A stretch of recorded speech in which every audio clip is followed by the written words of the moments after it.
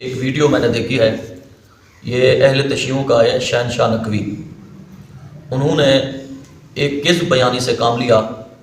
اور خلیفہ دوم حضرت سیدنا عمر فاروق رضی اللہ تعالیٰ عنہ آپ پر طعن و تشنیع کرتے ہوئے ایک من گھڑت واقعہ انہوں نے اپنے سامعین کو سنایا۔ تو کہتا ہے کہ میں اہل سنت کے 40 کتب کا حوالہ آپ کے سامنے رکھتا ہوں، اور وہ واقعہ جو سیدنا عمر فاروق رضی اللہ تعالیٰ عنہ کے بارے میں یہ کہتے ہیں کہ آپ نے سیدہ طیبہ طاہرہ حضرت فاطمہ الزہراء سلام اللہ علیہا آپ کا جو ہے دروازہ توڑا تھا اور دروازے کو دھکے دیے تھے۔ یہ من گھڑت واقعات کہتا ہے اہل سنت کے 40 کتب میں موجود ہے، کیونکہ یہ اکثر روافض اہل تشیع کذب بیانی سے کام لیتے ہیں۔ تو میں ان کی کذب بیانی ان کی کتابوں سے ثابت کرنا چاہتا ہوں، اور اس کے بعد میں اپنے عنوان پر آؤں گا۔ سب سے پہلے ایک کتاب ہے الرجال کشی، اس کی جلد دوسری اور صفحہ نمبر 491 اور 92 کے اوپر یہ لکھتے ہیں، حضرت امام محمد جعفر الصادق رضی اللہ تعالیٰ عنہ فرماتے ہیں کہ ہمارے جو اصحاب ہیں یہ اکثر کذب بیانی سے کام لیتے ہیں، اور میرے والد گرامی حضرت امام محمد باقر رضی اللہ تعالیٰ عنہ آپ کے بارے میں اکثر یہ غلو کرتے رہتے ہیں، اور جو بھی اس طرح کی روایت پیش کرے، غلو کرے، تو سمجھ لینا وہ زندیق ہے اور وہ کذب بیانی سے کام لے رہا ہے۔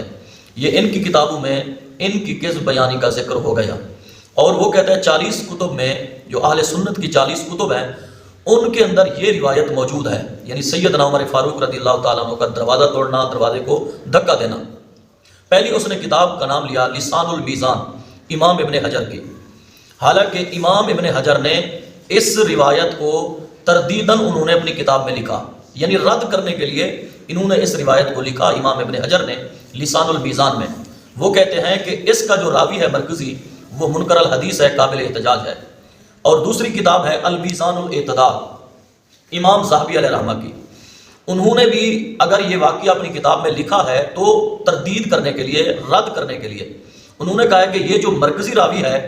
عنوان بن داؤد البجری، یہ بالکل منکر الحدیث ہے اور یہ قابل گرفت راوی ہے، اور یہ اکثر من گھڑت واقعات، من گھڑت روایات یہ اکثر لکھتا ہے۔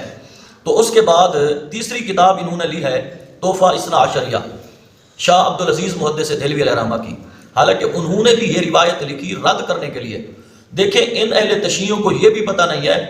یہ جو بطور رد اگر اہل سنت والے لکھتے ہیں تو رد کرنے کے لیے لکھتے ہیں، ان کو رد اور تائید کا بھی پتہ نہیں چلتا۔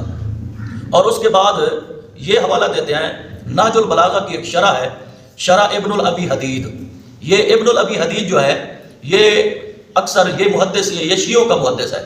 اور شیعوں نے اپنی کتابوں میں لکھا بھی ہے۔ تو یہ جو ہے نا ابن الابی حدید یہ بھی ہمارے کھاتے میں ڈالتے ہیں، کہتے ہیں دیکھو انہوں نے، یہ اہل سنت کا جو ہے عالم ہے، محدث ہے، انہوں نے بھی لکھا ہے، حالانکہ یہ نہج البلاغہ کی شرح لکھنے والا ابن الابی حدید یہ شیعہ ہے، اور شیعہ اس کو تسلیم بھی کرتے ہیں، لیکن یہ ہمارے کھاتے میں ڈالنے کے لیے وہ کذب بیانی جو من گھڑت واقعات ہے، اور خلیفہ دوم سیدنا عمر فاروق رضی اللہ تعالیٰ عنہ آپ پر طعن کرنے کے لیے، کیونکہ ان کا ایک جھوٹا پلان مکمل ہوتا ہے۔ تو اس میں بھی شرح ابن الابی حدید وہ لکھتے ہیں کہ یہ جو واقعہ ہے سیدنا عمر فاروق رضی اللہ تعالیٰ عنہ والا، یہ نہ ہم اس کی تصدیق کرتے ہیں نہ ہم اس کو قبول کرتے ہیں۔ اور اس کے بعد یہ پانچویں کتاب ہے الملل والنحل، یہ بھی اہل تشیعوں کی ہے، لیکن یہ کہتے ہیں یہ اہل سنت کا امام ہے، تو ہم کہتے ہیں چلو ٹھیک ہے۔ الملل والنحل عبد الکریم شارستانی اس کا مصنف ہے، انہوں نے اپنی کتاب میں گمراہ فرقوں کے جو ہے نا نظریات اور عقائد لکھے، گمراہ فرقوں کے۔ تو عقیدہ نمبر 15 پر کہتا ہے کہ یہ ایک فرقہ نظامیہ ہے، فرقہ نظامیہ جو معتزلہ کی شاخ ہے، اور ان کا رجحان رفض کی جو ہے نا، ان کا رجحان اکثر رفض کی طرف ہوتا ہے۔ تو وہ کہتے ہیں کہ یہ فرقہ نظامیہ والے یہ حضرت عمر فاروق رضی اللہ تعالیٰ عنہ کا واقعہ سامنے رکھ کے کہتے ہیں کہ یہ طعن و تشنیع کرنے کے لیے حضور علیہ الصلوۃ والسلام کے کبائر جو اصحاب ہیں، بڑے اصحاب ہیں، ان کو جو ہے نا سب و شتم کرنے کے لیے یہ واقعہ سامنے رکھتے ہیں، حالانکہ وہ کہتا ہے کہ یہ واقعہ سرے سے ہے بھی نہیں، یہ من گھڑت واقعہ ہے۔ تو جو کتابیں انہوں نے 40 کتب اہل سنت کے نام لیے، میں کہتا ہوں بطور احتجاج، میں کہتا ہوں شہنشاہ نقوی تم اپنے سامعین کو جو کتابوں کے حوالے دیے، اپنے سامعین کو اس کتابوں کو پڑھ کر سنائیں اور پوری عبارت پڑھ کر سنائیں، تو پتہ چلے گا یہ واقعہ کس حد تک درست